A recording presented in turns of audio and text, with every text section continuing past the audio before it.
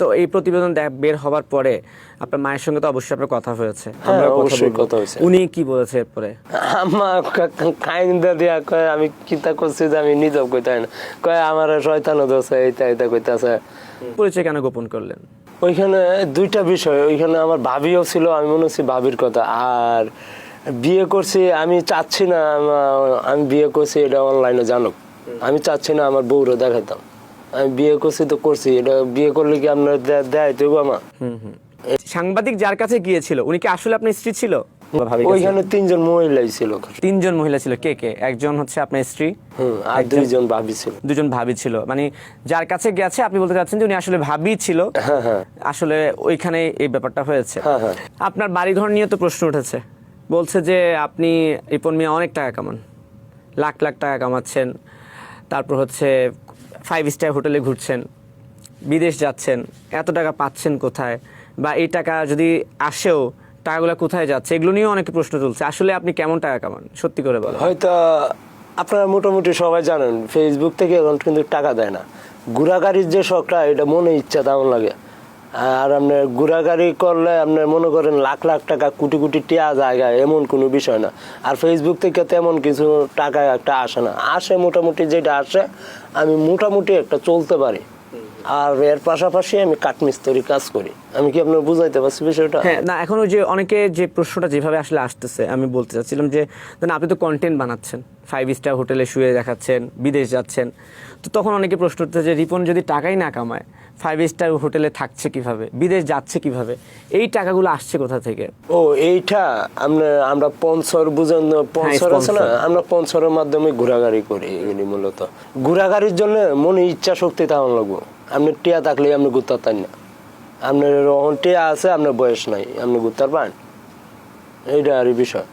ঘোরাগাড়ি করলে ইচ্ছা শক্তি তেমন লাগবে। মানে হচ্ছে যে আপনি বলছেন যে আপনি যে ঘুরছেন থাকছেন এগুলো মূলত হচ্ছে স্পন্সরের টাকায়, সেখান থেকে মানে আপনাকে টাকা দিয়ে ঘুরতে হয় না? না না, আরও তো অনেক অভিযোগ আছে এখন, যেহেতু আসলে আপনি গতকালকে যখন আপনার বিরুদ্ধে একটা সংবাদ প্রচার হলো, তারপর থেকে কিন্তু অনেক মানুষ আপনার বিপক্ষেও চলে গেছে। এই যে উত্থান পতন বা এই যে পক্ষ থেকে মানুষ বিপক্ষে চলে গেল, বিষয়টা আসলে কালকে পর থেকে কি মনে হচ্ছে আপনার কাছে? আপনার আত্ম উপলব্ধি কি? আমি তো লেখাপড়া নাই, আমি পেশায় কাঠমিস্ত্রি, আমি লেখাপড়া করতে পারি নাই। আর বাংলা কি লেখা আছে আমি মূলত জানি না। আর এমনি বন্ধু বান্ধব ভালোবাসা এইটা আমি জানি, বন্ধু বান্ধব আছে বিদায় বা অনেক ভালোবাসে। আমার লেখাপড়া নাই, আমি বুঝি না আর কোনো কিতা হইতেছে এটা আমি জানি না। কিন্তু কয় যে কালকের পর থেকে একটু আমার নিয়ে একটু ঝামেলা চলতেছে, এইটাই আমি জানি। নিশা করে দিয়েছে, নিজের হাতে জব করতেছি আমি বলতে পারছি না এই ঘটনা যে ঘটবো। আপনাকে কোনো কথা শিখিয়ে দিয়েছে বা জোর করে কোনো কথা বলেছিল? না, শিখাই দিছে না কেউ, এরা জিজ্ঞাসা তখন আমরা আর বুঝতে পারছি না, এতটা কথা আমরাও কয়েছি। এই যে এখানে একটা, এটা কি আপনি? তখন কি হয়েছিল? সন্ধ্যার সময় এই যে গোলারে জব করে দিছি, সরকার কাছে আমি জানবি কাছে আমার বলতে জীবনটা নষ্ট না করে যাই, আমার আমি কিছু যাই না। অনেকেই তো ফোন দেয়, ভাই আমি তো ইন্টারভিউ নিতে চাই। আমি তো আর ওদেরকে ওইটা বলি না, ভাই আমি তো এই সুন্দর করে কারোর সাথে গুছায় গাছায় কথা বলতে পারি না, এর জন্য আমি ইন্টারভিউ দিই না। এটা তো তাদেরকে ফোনে বলা যায় না, এর জন্য বলি ভাই আমি ইন্টারভিউ দেওয়া সম্ভব না। কখনো চাইছিলাম না আমার আব্বু আম্মু আমার বউ বাচ্চা আমার লাইনে আসবে, মিডিয়ার সামনে আসবে, মিডিয়ার কিছু মিডিয়ার জন্য আজকে আমার ফ্যামিলি নিয়ে লাইভে আসছে।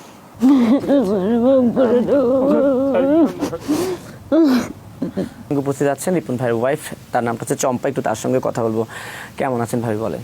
ভালো আছেন? ভালো আছি। ভালো আছেন? হ্যাঁ, আমার জামাইরে নিয়ে আমি অনেক সুখী আছি। আপনি সুখে আছেন, এগুলো নিয়ে কথা বলবো।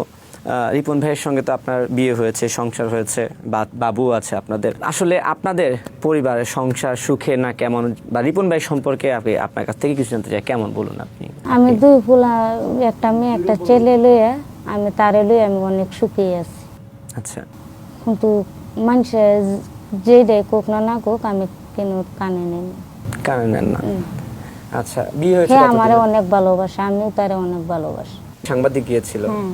কি হয়েছিল একটু বলবেন আমাদেরকে সেদিন? হেলা সরাসরি গিয়ে আমার রুমের ভিতরে ঢুকেছে, সারা রুম চেক করতেছে। 5 জন এসেছিল ওই দিন? 5 জন, হ্যাঁ। আচ্ছা, আমি ঘুমেছিলাম, এই পুরা ঘুমে, কাঁচা ঘুম থেকে ডাইকা তুলছে। পরে রাতে সারা রাত কাজ করছি, কাজ করার পরে 4টা বাজে উঠতে ঘুমাইছি। পরে 6টা বাজে না 7টা বাজে ডাইকা তুলছে। কাঁচা ঘুম বুঝতে পারবো। পরে গেছি আর লইয়া লইয়া আপনার দোকানে গেছি, চা খাওয়াইলাম, যত্ন মত্ন করলাম। আপনি খাইয়েছেন ওদেরকে? হ্যাঁ, অনেক দূর আমার কাছে যেই আসে অনেক দূর থেকে তো আসে, আইলে আমার ঘর তো ভাঙ্গারুঙ্গা আইছে ঘর। এখন ভবিষ্যৎ নিয়ে আসলে কি পরিকল্পনা আপনার, কি করবেন? ভবিষ্যৎ আমি তো এমনি পেশায় কাঠমিস্ত্রি, আমি কাজ করতেই ভালোবাসি। জীবনে প্রচুর কাজ করতে হইব, কামের উপরে কিন্তু ওষুধ নাই, কামের উপরে কোনো ওষুধ নাই। এই কারণে আমি প্রথমে কাঠমিস্ত্রি কাজ করি। কাঠমিস্ত্রির পাশাপাশি এই যে ঘন্টা 2 ঘন্টা কষ্ট করলে একটা না, পরে একটু জিরাইতে হয় না, এই জিরানির ফাঁকে একটা ভিডিও বানাই। হাই ফ্রেন্ড, তোমরা কেমন আছো? তখন এই হাই ফ্রেন্ড আর হইতো না রে, তখন কামেই থাকবাম। তার ভক্তদের উদ্দেশ্যে এটাই। সবাই কাজ করবা, কামের উপরে কোনো ওষুধ নাই। কন্টেন্ট বানাইতে হইব এইটা কোনো কথা না। আমরা হইছে কামলা মানুষ, কামলা দেয়া খাই, এটাই বাস্তব। I love you. 10